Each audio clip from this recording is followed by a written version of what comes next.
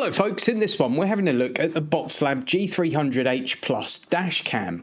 Now this is quite a budget friendly dash cam, but it certainly seems to be packing quite a punch when it comes to its sort of standard kit. You've got things like a Sony STARVIS 2 sensor, which you generally only get on slightly more premium dash cams than this. To give you a rough idea, at the time I'm filming this, I think it's about 75 quid, 80 quid, something like that, which is not a lot of money for a dash cam that gives you a 4K front camera, a 1080p rear-facing camera. You can obviously mount that in the cabin if you want, or you can mount it on the back window to get the cars behind you. But it also has things like a 2-inch high-definition screen. It's got built-in GPS and a Google Maps driving record, so that could come in handy if, God forbid, you ever have to use any of this as evidence. And it does 24-hour parking monitoring. Now, there's also a parking mode with the car, but you do need it to be hardwired to do that. You can get a hard wiring kit for the camera. I'm not going to do that for today's video. You know, I'm doing a review of this for you, and I'm not going to start hardwiring stuff into the car to do that. But let's get it unboxed, and I'll give you some thoughts. We'll go through a few more of the stats as well, and then once that's done, get you some sample footage. I'll do some daytime footage this afternoon. It's okay, it's a bit cloudy, but quite a nice day. And then I'll do some nighttime sample footage for you as well, and I'll just do a bit of voiceover with that as we go. So here's the camera, and we've got the satisfying bit here, peeling that away. There's the sticky pad. So it's a sticky pad rather than a suction cup. So once it's mounted, you probably want to keep it mounted. Now with this one, they've given me a 64 gig SD card. I will mention, by the way, Botslab have sent me this for review. They're not paying me to say nice things about it, however. And as you might know, we don't do that kind of stuff on this channel. I will put some affiliate links in the video description, so if you want to buy one, you know, it'll help me out, but I'm not going to tell you it's wonderful so that I earn a few quid on affiliates. We do honesty on this channel. So we've got a USB-A to a USB-C cable here, which I guess is going to be used for the power. We do have some spare sticky pads, so if you want another one for the rear-facing camera, or indeed the forward-facing camera, you've got them. And there is the aforementioned rear-facing camera and a nice long cable, so that should fit in most cars. Obviously, with cabling and stuff, you can make that a bit more discreet if you want to. I'm going to sort of throw it up in the car in a bit of a Heath Robinson way because I'm just doing a review video. This is not something that's going to stay permanently fitted to my car. If it were, this little tool would be very useful because you can use that to just prise away some of the trim and carefully put the cables underneath, or just go the whole hog and get yourself the hard wiring kit and do it properly. The options are there. That's about it. What have we got here? We've got an adapter. So in case your car doesn't have USB sockets, there's a little 12-volt adapter as well. Now, some of the things I like about this are the fact that we've got a little kind of rotating screen there, so you can move it, because obviously not every car windscreen is at the same angle, and because the way that's mounted, you know, it might be you want to mount it like that or like that. Let's show you that way, and move that either up or down, and you could do that with this. That's quite rare. Normally with a dash cam, you know, it is a fixed lens, so that's quite cool. The screen on the back is quite a nice size, and then we've got the microphone under here, which is just a tiny dot. And on the top, you've got a place for your SD card, so we'll get that installed. Then we've got a connection there for the rear view camera and one here for your power supply. So we get all that. Let's take it out to the car, get it set up, and see what we think. Obviously, as I said, you know, I'm not trying to hide the cabling too much or anything here, but you can get an idea of how it looks as it is. I've just tucked the cables up.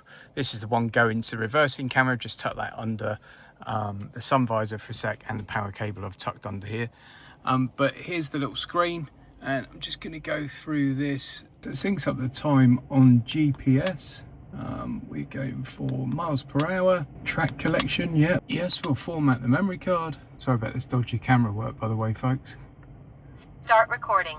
There's the reversing camera, by the way. I do have like a tinted rear screen, So it might not be amazing, and I've mounted it a bit lower than I would normally, but I didn't want that tinted rear screen affecting it too much. And then there is the image from the front. So we're recording now, and I'll come out again later on this evening so you can see what it looks like at night. So we're just having a look here at the picture quality. I'm slowing it right down so you can see the registration number on these cars. I think it's doing a very good job of picking out the detail on those. As you can see, it's about 4 o'clock in the afternoon. A little bit of an overcast day, but not too bad in terms of lighting conditions and everything. But I don't think there's any problem with the car there. If you see a little bit of a shadow at the bottom of the windscreen, that's just the natural windscreen glare. This is on a Tesla Model 3 Highland. I've done a separate video on how I've kind of cut that down quite a lot, but it's still not perfect. Once again, every time we pass a car here, you can pick out the detail, and it's certainly good enough to use in evidence if you needed to. Just cutting now to quite early in the morning, just about 6:10 in the morning. The bus is going past in shade there, and again we're getting all the detail we need. It is a very bright day, but you'll notice we're going from really bright sunlight to really dark shade, and the camera copes with that sort of difference in lighting quite well. Even my sort of professional cameras will sometimes get a little bit confused, shall we say, when you're quickly changing lighting conditions. But once again, I think that's more than acceptable. It's actually a really decent quality picture. And once we're slowing this car down again here, and you can see the reg number pretty clearly. And again, more than good enough to use in evidence if you needed to. One of the good things about this camera, it's got really wide angle coverage, so you shouldn't have too many blind spots, if any. You get 170 degree field of view from the front and 150 degree field of view in the back. So you hopefully this footage, you can see how that looks in the real world. You've also got 24/7 parking monitoring. So even when you're not out driving the car, it can still keep an eye on it. Now we're having a look at the rear view camera footage. You'll see the quality's not as good as it is with the forward facing camera. Obviously we've got a 1080p camera as opposed to a 4K camera. But again, it's more than acceptable. And everything you're going to need there in terms of picking out details, registration numbers, etc. I guess the fear here is that you get a rear end incident, someone goes into the back of you, and you're going to have no problem gathering that evidence with this camera. I think it's doing a sterling job. Now on to the nighttime footage. In this, we're really looking to see how crisp and clear everything is. Sometimes there's a bit of a lack of traffic at night around my area, but you've got street lighting and things, and just looking really again at those registration plate details and just seeing if there's enough there to use as evidence.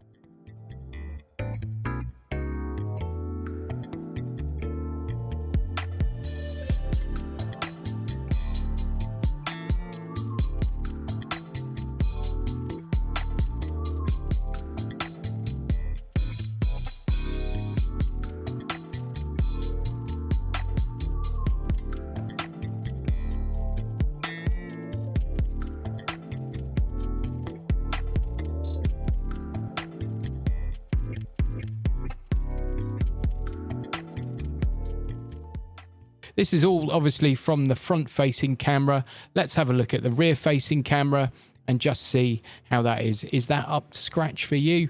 Personally, I think the picture quality that this thing's delivering, particularly when you consider this is a £75 dash cam, not an expensive dash cam, I think the picture quality we're getting is more than enough.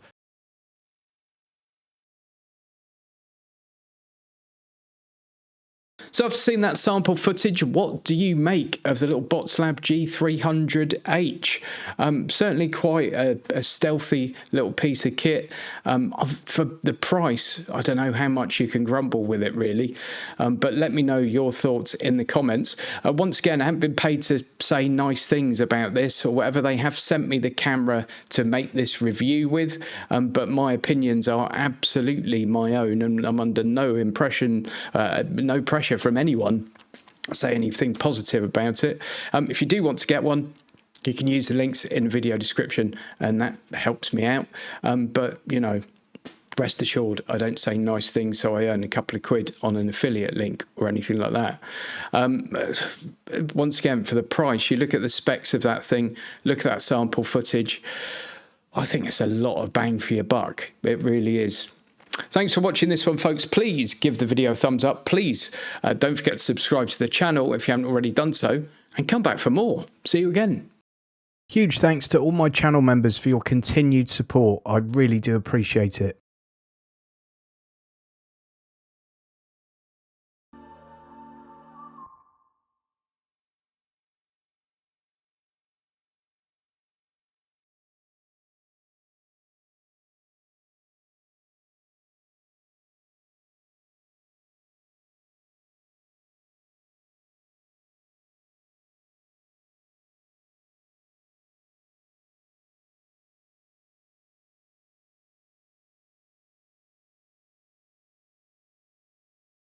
Huge thanks to all my channel members for your continued support. I really do appreciate it.